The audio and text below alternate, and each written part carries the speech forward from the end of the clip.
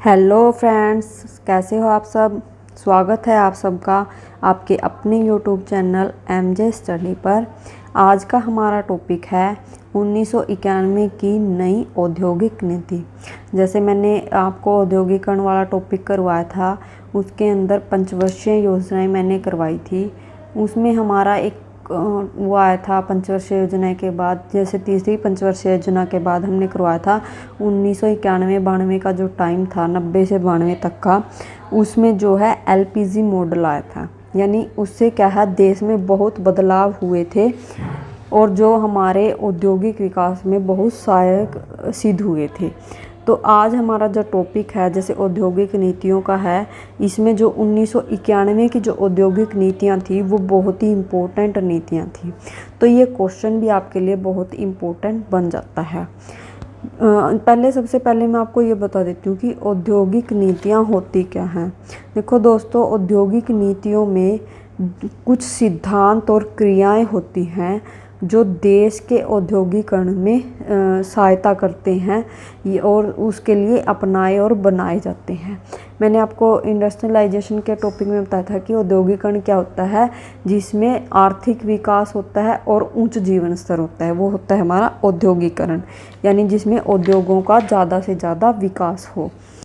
अब जो 1991 की नई औद्योगिक नीतियां थी वो क्या थी, वो एक खुली और उदार औद्योगिक नीति थी, जिसमें क्या था, जिसका मुख्य उद्देश्य है जो हमारी अर्थव्यवस्था थी उसके अंदर से अनावश्यक नियंत्रण जो थे उनको हटाना या कम करना, और जो उद्योग थे उनकी कुशलता में इतनी वृद्धि करना था ताकि उनके उत्पादन है जो उद्योग प्रोडक्शन कर रहे हैं उनको हम इंटरनेशनल लेवल पर दूसरे देशों के साथ कम्पिटिट करवा सकें, यानी एक प्रतियोगिता उनके अंदर हो, मतलब कि वो बेस्ट से बेस्ट क्वालिटी उस प्रोडक्शन की वहाँ पर दे पाएँ। तो सबसे पहले हम देख लेते हैं कि जो 1991 की औद्योगिक नीतियाँ थी उसकी मुख्य विशेषताएं क्या क्या थी।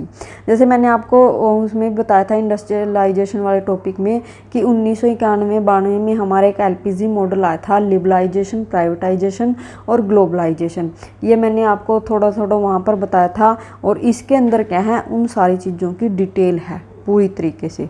तो सबसे पहले जो इसकी विशेषता आती है वो है हमारी सार्वजनिक क्षेत्र का संकुचन, यानी जब 1992 में क्या किया गया था, प्राइवेटाइजेशन, यानी उसका जो सार्वजनिक क्षेत्र थे उनको कम कर करके निजी क्षेत्र को सौंप दिया गया था। तो या उस टाइम के अंदर यानी 1991 में क्या था, जो सार्वजनिक क्षेत्र के उद्योग थे उनको आरक्षित किया गया था, यानी उनकी पहले संख्या थी 17, फिर उनको कम करके कितना रखा गया, 8, यानी उनकी संख्या जो है 8 रह गई। फिर जिसमें 8 हमारे थे जैसे युद्ध का जो सामान बनाते हैं, हथियार वगैरह, परमाणु ऊर्जा आ गई, कोयला आ गया, खनिज तेल जैसे सोना चांदी लौह इस तरह के, तांबा शीशा जिंक वाले जो खनन थे वो आ गए, परमाणु खनिज आ गया, एक आ गया रेल परिवहन। तो ये इसके अंदर 8 हमारे जो थे उद्योग थे मेन। फिर उसके बाद 2004-05 में फिर से क्या हुआ, सार्वजनिक क्षेत्र के अंदर जो आरक्षित उद्योग थे उनकी संख्या कम कर दी गई और वो सिर्फ 3 रह गए। 3 कौन कौन से थे, परमाणु ऊर्जा, फिर परमाणु धातुओं का खनन और रेल परिवहन। ये 3 जो उद्योग थे वो सार्वजनिक क्षेत्र के लिए आरक्षित रखे गए। उसके बाद जब जैसे 2010-11 के अंदर भी है जो सार्वजनिक क्षेत्रों की संख्या कम कर दी गई, यानी सिर्फ 2 ही क्षेत्र ऐसे या उद्योग ऐसे थे जो सार्वजनिक क्षेत्र के लिए आरक्षित रखे गए थे, यानी बाकी सभी जो भी उद्योग धंधे थे वो निजी उद्योगों के लिए खोल दिए गए थे, यानी उनमें सार्वजनिक क्षेत्र का कोई रोल ही नहीं था। अब जो 2 उद्योग धंधे थे वो सार्वजनिक क्षेत्र के अंदर कौन कौन से रखे गए थे, एक था हमारा परमाणु ऊर्जा और एक रेल परिवहन। ये 2 क्षेत्र ऐसे थे जो सिर्फ सार्वजनिक क्षेत्र के लिए रखे गए बाकी सभी उद्योगों का प्राइवेटाइजेशन कर दिया गया था, यानी उनका निजीकरण कर दिया गया। उसके बाद है सेकंड है जो हमारा लाइसेंस की समाप्ति। यानी उस टाइम में क्या किया गया था कि जैसे किसी उद्योग धंधे को खोलने के लिए क्या है, लाइसेंस की ज़रूरत पड़ती थी। और इस नीति में क्या है, सिर्फ 18 उद्योग धंधों को छोड़कर सभी जो उद्योग थे उनके लिए लाइसेंस को समाप्त ही कर दिया गया। मतलब अगर आप कोई उद्योग खोल रहे हो तो उसमें लाइसेंस की ज़रूरत नहीं होगी। ये क्या थी, उदारीकरण की नीति। यानी जैसे हमारा ऊपर वाला करवाया वो प्राइवेटाइजेशन यानी निजीकरण, और ये है हमारी उदारीकरण की नीति। तो जैसे 1999 में एक संशोधन हुआ जिसमें क्या हुआ, सिर्फ 6 उद्योग धंधों को छोड़कर बाकी सभी के लिए लाइसेंस को समाप्त कर दिया गया। जैसे जैसे धीरे धीरे सुधार होते गए, उसके बाद 2006 में क्या किया गया, जो मतलब उद्योग धंधों में जिसमें लाइसेंस की ज़रूरत थी वो सिर्फ 5 ही उद्योग धंधे ऐसे थे जिसमें हमें लाइसेंस लेने की ज़रूरत पड़ती थी। बाकी किसी भी उद्योग को खोलने के लिए हमें लाइसेंस की ज़रूरत नहीं थी। अब जो ये 5 उद्योग धंधे थे वो थे हमारा एक सिगरेट का, शराब का, एक रक्षा उपकरण होते हैं, और एक खतरनाक जो रसायन बनाते हैं, और औद्योगिक विस्फोटक। ये 5 उद्योग ऐसे थे जिनको करने के लिए लाइसेंस की ज़रूरत है। बाकी सभी जो उद्योग धंधे हैं उनको मतलब लाइसेंस की ज़रूरत नहीं पड़ती थी। उसके बाद आया आपका पंजीकरण की समाप्ति। यानी जैसे क्या होता था कि पहले अगर हम कोई भी उद्योग स्थापित कर रहे हैं तो उसके लिए पहले हमें सबसे पहले रजिस्ट्रेशन करवाना होता था। लेकिन जैसे ये नई नीति आई, इसमें क्या हुआ कि उद्योगों से संबंधित हमें सभी प्रकार की जो पंजीकरण रजिस्ट्रेशन योजनाएं थी उनको समाप्त कर दिया गया।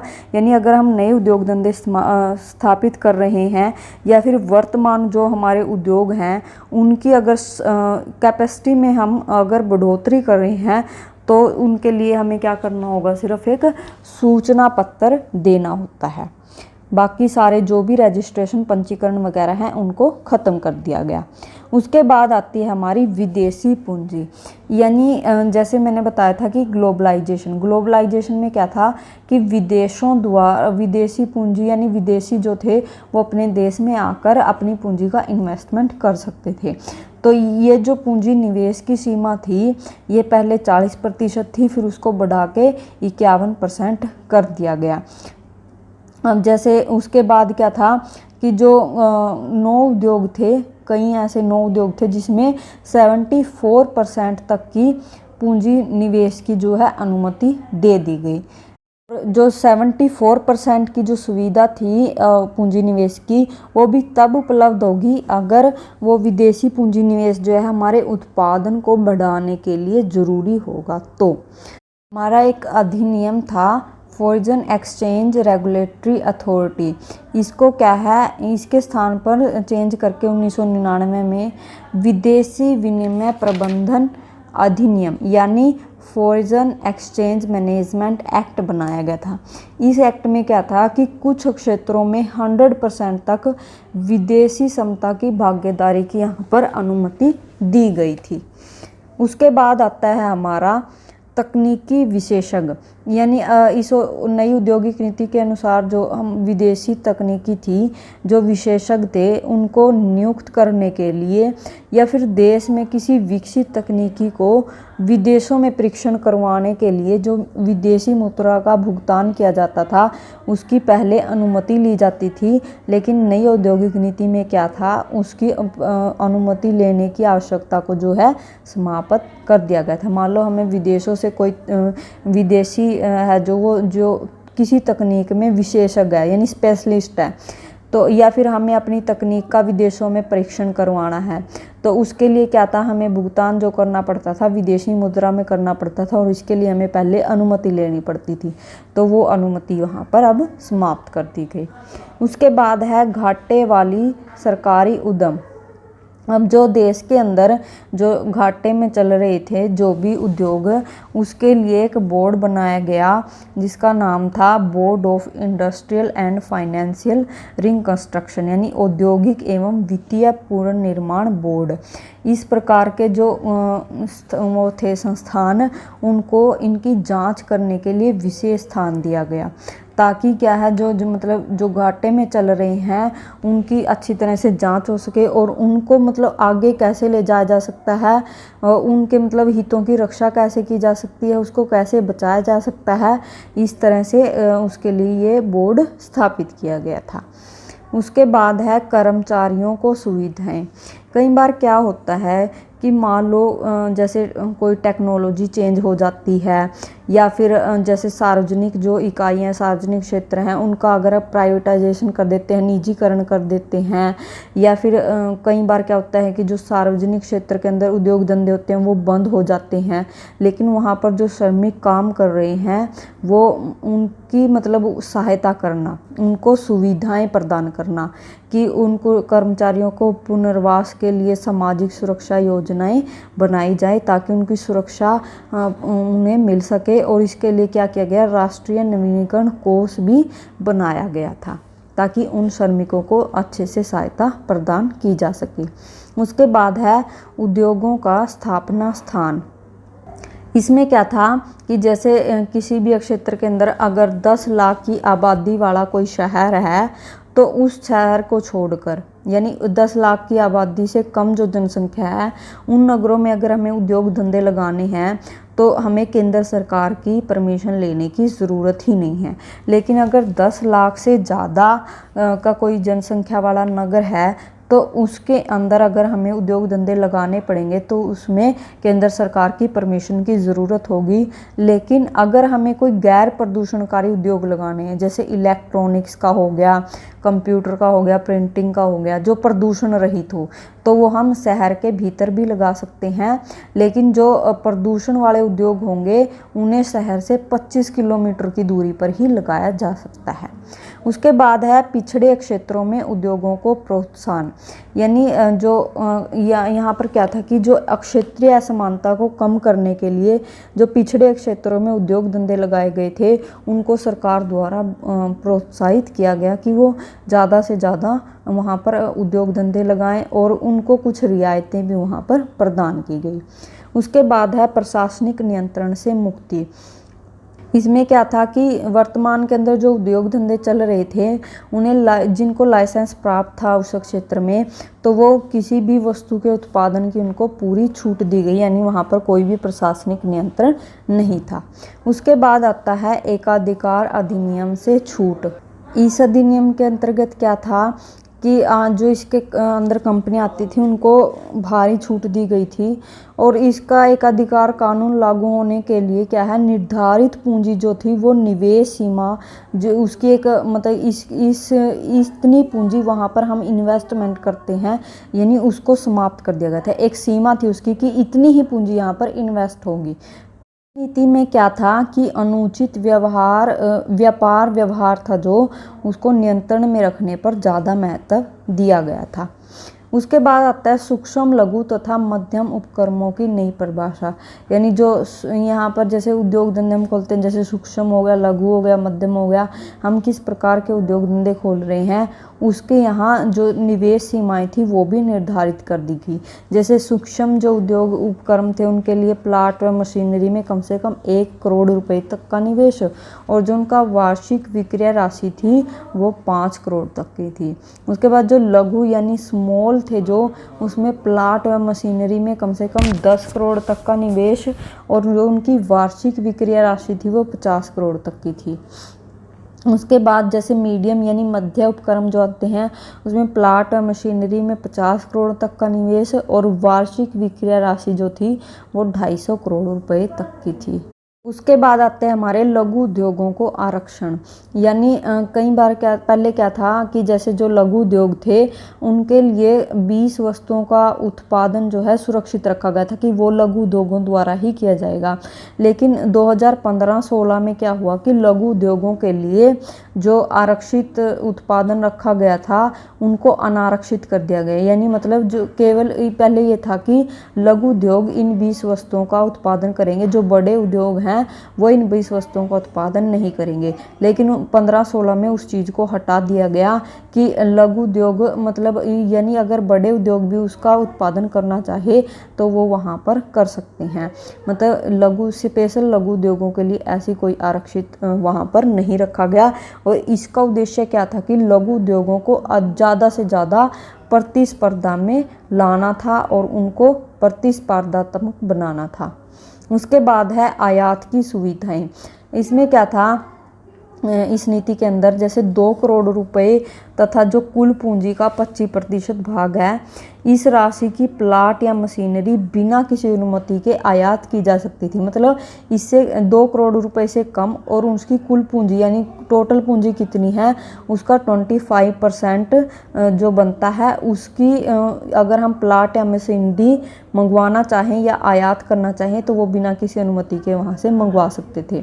लेकिन अगर हमें पूंजीगत जो उत्पादन होता है, कच्चा माल या टेक्नोलॉजी, इन सब का अगर हमें आयात करना है तो जो उद्योग मंत्रालय है वो आयात की अनुमति देगा। ये तो थे हमारे 1991 की जो उद्योग नीति थी उसकी विशेषताएं। अब आती हैं उद्योग नीति जो 1991 की थी उसका इम्प्लीमेंटेशन, यानी ये कहाँ कहाँ पर लागू किया गया था। सबसे पहले आता है हमारा सार्वजनिक क्षेत्र का संकुचन। जैसे मैंने अभी इसमें विशेषताओं में भी बताया कि जो सार्वजनिक क्षेत्र थे वो सिर्फ 2 ही ऐसे क्षेत्र थे जो सार्वजनिक क्षेत्र के अंदर रखे गए थे। वो था हमारा परमाणु ऊर्जा और रेलवे उद्योग। बाकी सभी उद्योगों का जो निजीकरण कर दिया गया था। उसके बाद है अनिवार्य लाइसेंस वाले उद्योगों की संख्या में कमी।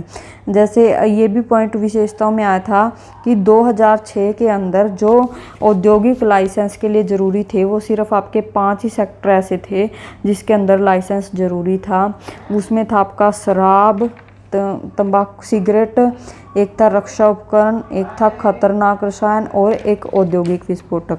इनके लिए लाइसेंस जरूरी था, बाकी किसी भी उद्योग के लिए लाइसेंस जरूरी नहीं था। उसके बाद है बड़े उद्योगों का विस्तार। उसके इसमें क्या था कि जैसे मैंने विशेषताओं में भी ये पॉइंट आया था कि जो लघु उद्योगों को 20 वस्तुओं का उत्पादन करने के लिए आरक्षित रखा गया था, बाद में क्या कर दिया गया 1516 में जो लघु उद्योगों के लिए आरक्षित मद रखी गई थी उनको अनारक्षित कर दिया गया यानी समाप्त कर दिया गया। जैसे मान लो लघु उद्योगों के लिए क्या था, जिसे सिले सिलाई कपड़ों का उत्पादन करना, पहले ये उद्योग सिर्फ लघु उद्योग ही एक उत्पादन करते थे, लेकिन बाद में ये बड़े उद्योगों के लिए भी खोल दिया गया। तो इससे क्या हो गया, बड़े उद्योगों का विस्तार हो गया। उसके बाद है निर्यात को प्रोत्साहन, यानी सरकार ने क्या किया था कि निर्यात को प्रोत्साहित करने के लिए विकास कमीशन जो होता है इसमें 100% उत्पादन का निर्यात करने वाली यूनिटों के संबंध में विशेष अधिकार उनको दिए गए थे जो भी उद्योग धंधे थे। इसके अंदर उन उद्योगों को विभिन्न प्रकार के करों में छूट और सुविधाएं दी गई ताकि निर्यात को ज़्यादा से ज़्यादा बढ़ाया जा सके और इनको क्या है ऋण की सुविधाएं भी उपलब्ध करवाई गई। उसके बाद है शुल्कों में कमी। जैसे पूंजीगत जो वस्तुएं होती हैं उनके उत्पादन पर शुल्कों को कम कर दिया गया। इसके अलावा जैसे पूंजीगत उत्पादन जो होते हैं उनमें कच्चा माल और तकनीकों का जब हम आयात करते हैं तो उनके आयात पर जो शुल्क या कर लगाया गया उसमें भी कटौती यहाँ पर की गई थी। उसके बाद आता है विदेशी निवेश को प्रोत्साहन। इसमें क्या था कि जो विदेशी निवेशकों को प्रोत्साहित करने के लिए जो विदेशी निवेश की पूंजी पर लाभ था उसकी करों में यहाँ पर रियायतें दे दी गई थी ताकि ज़्यादा से ज़्यादा विदेशी निवेशक हैं वो प्रोत्साहित हो और ज़्यादा से ज़्यादा यहाँ पर इन्वेस्टमेंट करें। इसमें क्या था कि जो विदेशी निवेशक की जो सीमा थी उद्योगों में वो कई सेक्टरों में बढ़ाकर 100% कर दी गई थी। उसके बाद आता है हमारा अंतर्राष्ट्रीय पूंजी बाजार से वित्त एकत्रित करना। जैसे 1995-96 का जो औद्योगिक नीति थी उसमें संशोधन द्वारा भारतीय निगमों को अंतर्राष्ट्रीय पूंजी बाजार से वित्त एकत्रित करने की अनुमति दे दी गई थी। यानी इंटरनेशनल लेवल पर जो आपकी कैपिटल मार्केट होती है वहाँ से आप अपनी जो फंड होता है वो वहाँ से आप एकत्रित कर सकते थे, उसके लिए आपको परमिशन दे दी गई थी। उसके बाद आता है आपका तकनीकी सुधार। इसमें क्या था कि जो तकनीकी सुधार या क्वालिटी सुधार में बढ़ावा देने के लिए जो क्वालिटी प्रमाण पत्र अगर हम लेंगे और उस पर जो खर्चा आएगा तो उसके द्वारा सरकार द्वारा उसका पुनर्भुगतान कर दिए जाने की योजना यहाँ पर बनाई गई। से अगर हम अपने प्रोडक्ट की क्वालिटी जांच करवाते हैं तो उसके लिए हमें उच्च क्वालिटी प्रमाण पत्र लेना पड़ता है जिस पर ISO का मार्क लगा होता है, और उस पत्र को बनवाने के लिए हमारा जो भी खर्च आएगा सरकार द्वारा उस खर्च का भुगतान कर दिया जाएगा। उसके बाद आते हैं हमारे पिछड़े क्षेत्रों के उद्योगों के लिए कर अवकाश।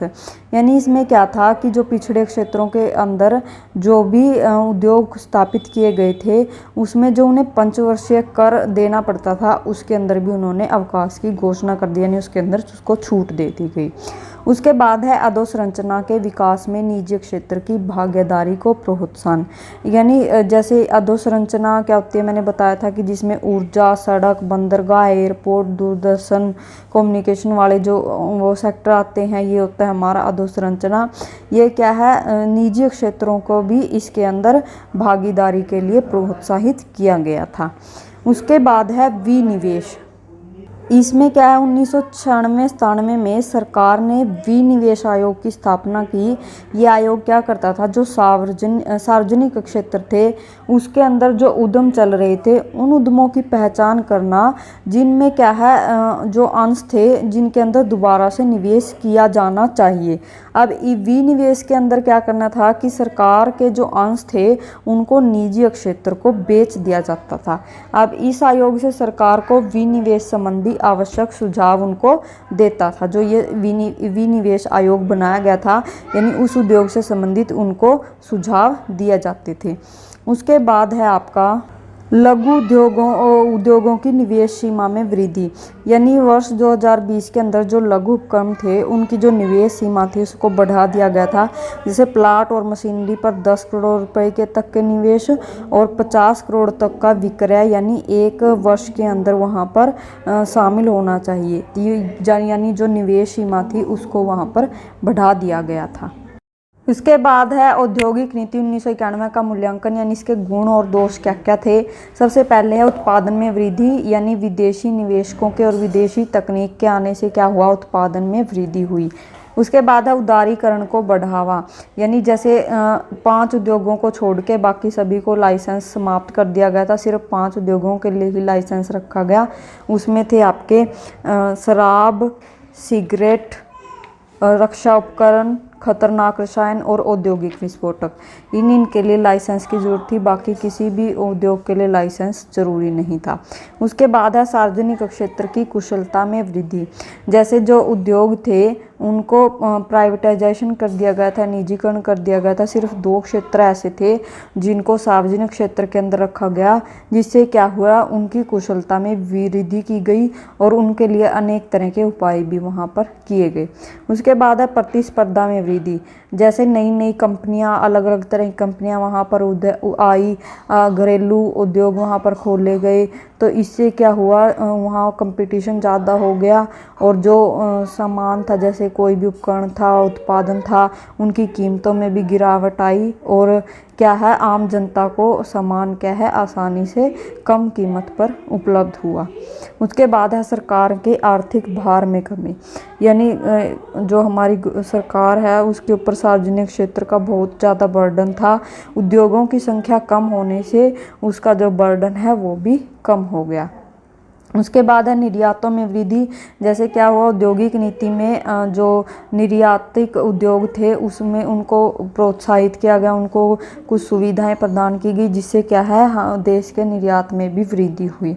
उसके बाद है संतुलित क्षेत्रीय विकास, यानी पिछड़े क्षेत्रों के अंदर भी उद्योगों की स्थापना की गई, जिससे क्या है उनको विशेष प्रकार की सुविधाएं, कर में छूट और अनेक प्रकार के ऋणों में भी उनको छूट दे दी गई। तो क्या है उन क्षेत्रों का भी वहाँ पर विकास हुआ। उसके बाद है लघु स्तर के उद्योगों के लिए महत्व, यानी क्या था कि जो लघु स्तर के उद्योग थे उनके जो प्लांट और मशीनरी में निवेश था उसको बढ़ाकर 10 करोड़ कर दिया गया। तो इससे क्या है, जो लघु उद्योग थे उनको भी ज़्यादा महत्व वहाँ पर मिला। उसके बाद है विदेशी निवेश में वृद्धि। जैसे मैंने बताया था कि जो ये नई नीति आई थी इसके अंदर कई क्षेत्र ऐसे थे जिसमें विदेशी निवेश था जो वो 100% वहाँ पर कर दिया गया था। कई क्षेत्र ऐसे थे। उसके बाद है श्रमिकों को कल्याण में वृद्धि। श्रमिकों को क्या है, नई नई तकनीक के बारे में प्रशिक्षण दिया गया और श्रमिकों के लाभ के लिए राष्ट्रीय नवीनीकरण कोष भी स्थापित किया गया था। उसके बाद आती हैं इसके अवगुण या कमियां क्या क्या रही थी। सबसे पहले है सार्वजनिक क्षेत्र के महत्व में कमी। देखो, अगर हम किसी भी चीज़ का निजीकरण कर देते हैं तो सरकारी क्षेत्र का उतना महत्व नहीं रह जाता है। यहाँ पर सिर्फ 2 ही सेक्टर ऐसे थे जो सार्वजनिक क्षेत्र के अंदर रखे गए थे, बाकी सभी का प्राइवेटाइजेशन कर दिया गया था। उसके बाद है आपकी उपकरणों के निजीकरण से उसकी कुशलता में स्वयं में वृद्धि नहीं होती।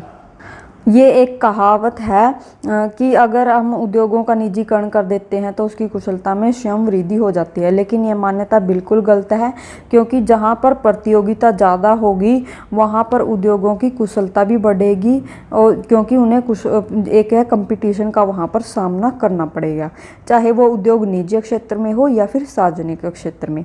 उसके बाद है आर्थिक शक्ति का केंद्रीयकरण। कई आलोचक जो थे वो क्या है, नई औद्योगिक नीति को आर्थिक शक्ति के केंद्रीकरण में वृद्धि मानते थे, और जैसे एकाधिकार और परिबंधक जो व्यापार था उसमें क्या है, संशोधन करके नई नीति जो थी उसमें धनी और जो बड़े उद्योग वो थे क्या, उनका विस्तार करने की उन्हें आर्थिक स्वतंत्रता दी गई थी। इसके फलस्वरूप क्या होता है, आर्थिक शक्ति का केंद्रीकरण बढ़ जाएगा। उसके बाद क्षेत्रीय असमानता में वृद्धि। इसमें क्या था कि जैसे लाइसेंस वहाँ पर ख़त्म कर दिए गए थे, तो जो वो थे उद्यमी थे वो क्या थे, अपना उद्योग क्या है विकसित क्षेत्रों में लगाना पसंद करते थे, ना कि पिछड़े क्षेत्रों में। तो इससे क्या है, क्षेत्रीय असमानता में और ज़्यादा वृद्धि होगी। उसके बाद है आर्थिक प्रभुसत्ता पर प्रतिकूल प्रभाव। आलोचक क्या मानते थे कि अगर हम विदेशी पूंजी और बहुराष्ट्रीय कंपनियां हैं जो अगर हम उनको अधिक ज़्यादा स्वतंत्रता दे देंगे तो देश की जो आर्थिक प्रभुसत्ता है उस पर प्रतिकूल प्रभाव पड़ेगा। उसके बाद है लघु स्तर के उद्योगों पर प्रतिकूल प्रभाव, यानी बड़े उद्योग जो हैं उनको ज़्यादा छूट मिलने पर और स्वतंत्रता मिलने पर जो छोटे उद्योग हैं वो क्या है, उनकी प्रतिस्पर्धा का सामना नहीं कर सकेंगे और क्या है, उनके विकास पर बुरा प्रभाव वहाँ पर पड़ेगा। फिर आगे है बेरोजगारी में वृद्धि, यानी जैसे हम विदेशों से नई नई तकनीक को जो बढ़ावा देंगे तो उनके आगमन से अर्थव्यवस्था में जो पूंजीगत तकनीक को ज़्यादा बढ़ावा मिलेगा। इससे जो हमारी श्रम शक्ति है उनको बहुत कम रोजगार के अवसर पैदा होंगे, इससे क्या है, बेरोजगारी बढ़ेगी। तो दोस्तों, ये था आज का हमारा टॉपिक। आई होप ये वीडियो आपके लिए हेल्पफुल होगी। Thank you.